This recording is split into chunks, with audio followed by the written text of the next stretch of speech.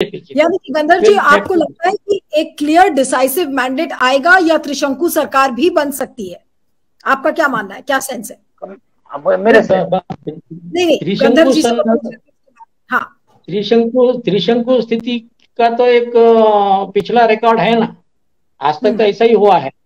अब वो ट्रेंड तोड़ने का बीजेपी को भी बहुत चाहत है, कांग्रेस भी चाहती है कि जेडीएस कमजोर हो। अगर जेडीएस मजबूत होती है तो कांग्रेस जरूर कमजोर होती है। जेडीएस को कमजोर करने का इंटरेस्ट कांग्रेस को भी है और बीजेपी को भी है जी। और दोनों ने भी अपने कार्ड खेले हैं वहां पर। अगर वो दोनों भी अगर सफल होते हैं तो जेडीएस बहुत कमजोर स्थिति में आ जाएगी। ओके, ऐसा मेरा अपना मानना है जी। अनिल जी, अंत में क्या कहेंगे बहुत ब्रीफली कि आपको लगता है कि एक क्लियर मैंडेट वाली सरकार आएगी या फिर जो हंग वर्डिक्ट की बात हम आज से 1.5 महीने पहले कर रहे थे, कुछ उसी दिशा में कर्नाटक का चुनाव जाता हुआ लग रहा है? नहीं, मुझको लग रहा है क्या कि क्लियर डिसीजन, मतलब क्लियर मैंडेट आएगा, इसीलिए कि बाइपोलर बना दिया है इलेक्शन को बीजेपी ने। और दूसरा है क्या कि ये बजरंग बली करके बीजेपी ने जेडीएस को ज्यादा नुकसान पहुंचाया। जो उसके मुस्लिम वोटर्स थे, अब वो रिस्क नहीं लेंगे जेडीएस को वोटिंग करने का, वो कांग्रेस की तरफ जाएंगे। तो कई जगह जो है सो जेडीएस को तो उन्होंने बड़ा नुकसान पहुंचा दिया बीजेपी ने, तो इसीलिए उनकी सीटें कम होंगी।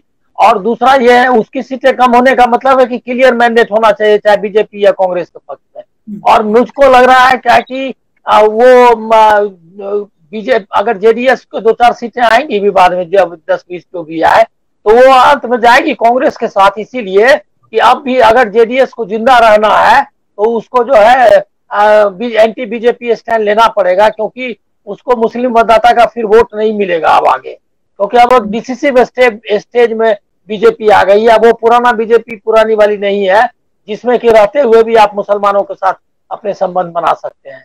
इसीलिए अब क्लियर कट एक डिमार्केशन हो गया है। तो जेडीएस के हित में, मतलब जेडीएस के लिए यही बेहतर होगा अपने उनकी पॉलिटिक्स के लिए कि वो एक सेकुलर पॉलिटिक्स के साथ जाते हैं। तो मेरा अंदाजा है कि अगर कुछ जरूरत भी पड़े या ना भी पड़े तो भी जेडीएस अपने को सेकुलर पार्टीज के साथ ही खड़ा करना चाहेगी, ऐसा मेरा अनुमान है। ठीक है, ओके। चलिए, तो देखना होगा कि कर्नाटक का ये चुनाव किसकी दिशा में जाता है। जी गंधर्व जी, आप कुछ कहना चाह रहे हैं? जी हाँ, ये बजरंग बली के इश्यू पर जेडीएस के तरफ से भी कोई स्ट्रांग मैसेज आया नहीं, कोई स्ट्रांग स्टैंड। हाँ, कंफ्यूजन का स्टेटस में थे वो, जिसका नुकसान उनको ही होने वाला है। ओके, नहीं, ये दोनों न्यूट्रल में थे। जेडीएस बहुत न्यूट्रल था, ऑलमोस्ट 0 था न्यूट्रल। जो भी इशू कांग्रेस ने रेज किया, जो भी इशू जब मल्लिकार्जुन खड़गे ने जी किया, उनके बेटे ने किया, उनका मैनिफेस्टो ने किया, जेडीएस ने पूरा न्यूट्रल था। ये इश्यू ना कांग्रेस के ऊपर उठाया ना बीजेपी के ऊपर। लेकिन डेफिनेटली ये जैसे गंधर्व जी बोल रहे थे, उनको नुकसान नहीं होने वाला, क्योंकि वो सोच रहे थे न्यूट्रल रह के वो मुस्लिम वोट लेंगे, लेकिन मुस्लिम वोट आगे अपोजिट हो गए, क्योंकि वो कोई स्टैंड नहीं लिए जेडीएस।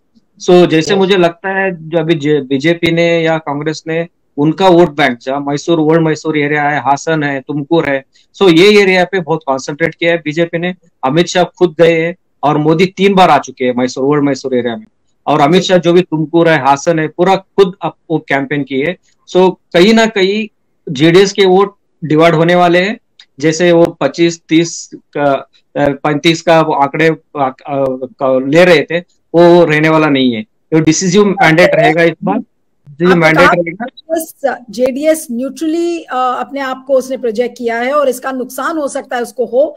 तो इसका नुकसान अगर जेडीएस को मिलेगा तो उनके जो वोट बैंक है उसमें बीजेपी ज्यादा सेंध लगाएगी या कांग्रेस ज्यादा सेंधमारी करेगी, ये देखने वाली बात होगी। और जो भी शायद जेडीएस के वोट बैंक में सेंध लगाएगा, शायद सरकार हो सकता है कि उसी की बने।